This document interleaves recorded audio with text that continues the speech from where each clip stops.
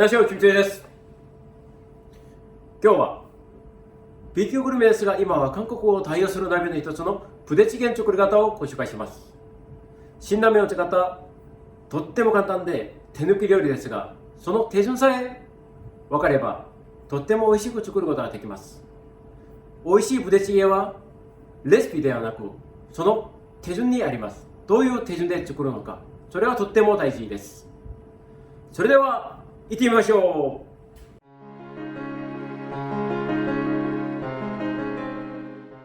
今回のプデチゲの主役です。スパムとベーコン、ソーセージですが、この中でも絶対欠かせないのがスパムになります。スパムが一番プデチゲの味を出す素材になります。では材料から切ります。玉ねぎは 0.5 センチぐらいの幅に切ります。ネギは縦に半分に切ります。それから5、6センチに切ります。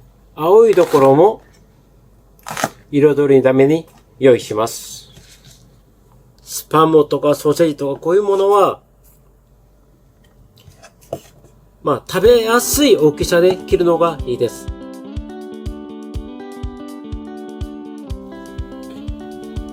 で、ソーセージはちょっと長めに切ります。まず熱した鍋にサラダ油をちょっと多めに引きます。キムチを入れて炒めます。約3分ぐらい炒めます。キムチを炒めたら水を入れます。中火にします。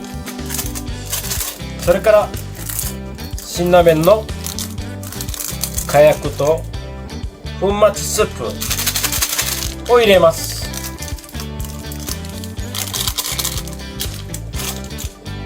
それからコチュジャンは少し溶かしてから入れます。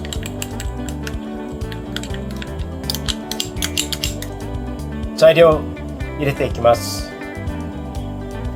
ベーコンとソーセージとスパムなど全部入れます。全部入れ、それから野菜も今入れます。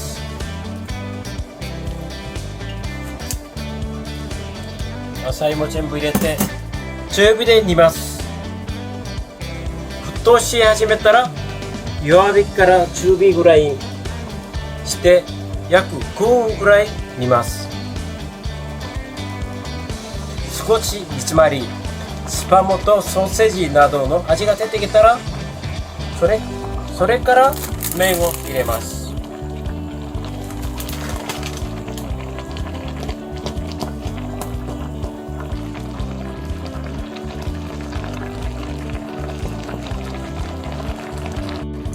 最後チーズを入れて軽く火を通したら出来上がりです。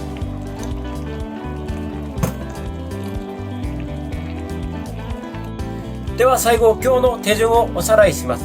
1、キムチを炒める。キムチを炒めてコクを出します。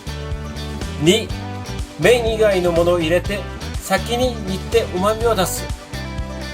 3、麺を入れて仕上げる。麺から旨味は出ません。麺は旨味の出たスープを吸収して完成されるものです。なので旨味が出てきてから最後に入れるべきです。こういう風に作ると辛ラーメンだけでもすごく簡単で手抜きですが美味しく作ることができます。ぜひ作ってみてください。